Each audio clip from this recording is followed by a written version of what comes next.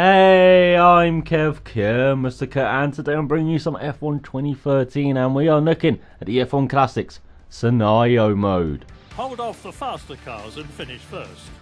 Thank you very much, Murray. So as you can see, it's the first F1 Classic scenario. I'm going to try and finish ahead of the pack in the Williams FW07B, lovely looking ground effects car on gold difficulty, of course, at Brands Hatch in some typical cloudy British weather. As you can see, we're starting on the front row alongside our teammate Adam Prost, so hopefully we can get past him quickly and he can hold up the pack, the faster turbo cars and the other normally aspirated Williams. So that is the scenario. Let's go to the grid.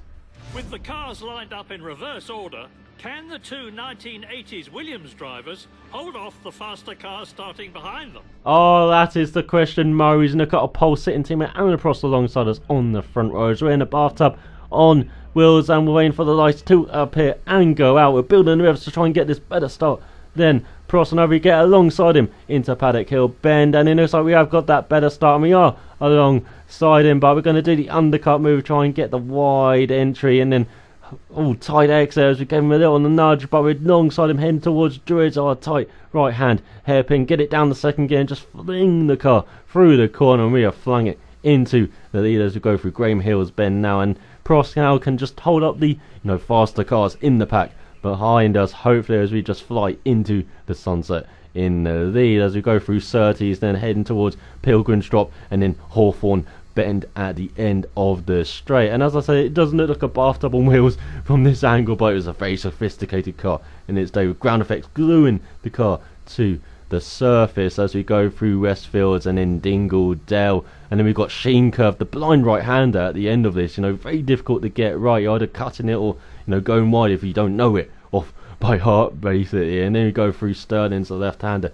beautiful corner, and then going into clearways, and then the final corner of Clark Curve where it's just trying to push you towards the gravel trap on the outside, but you just got to have faith in the car and just keep your foot in it through that corner. As you go on to the second lap now, we've got over a 3-second lead ahead of Prost now, so there's not much action on the track.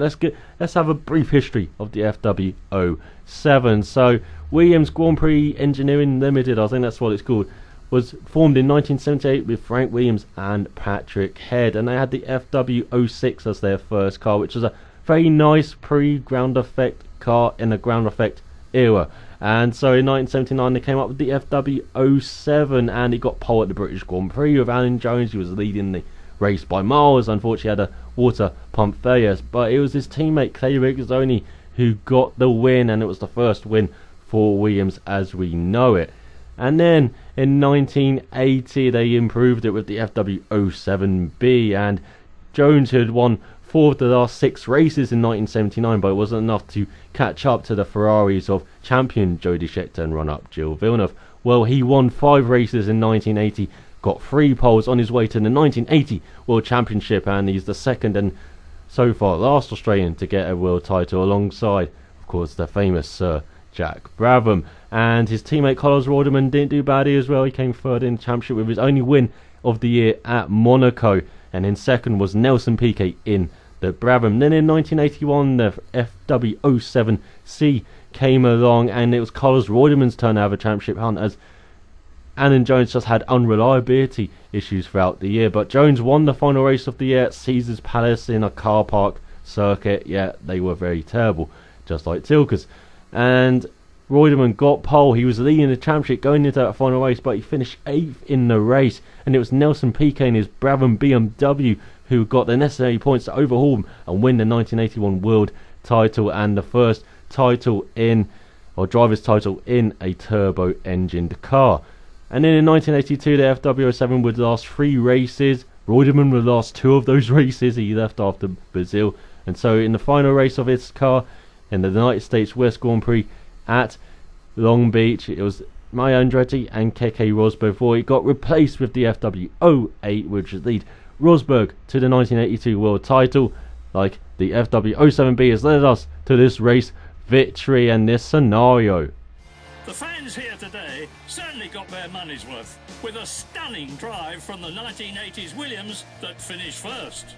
Oh yes, it's just like Mansell Mania all over again, Mo. You can hear that crowd going wild.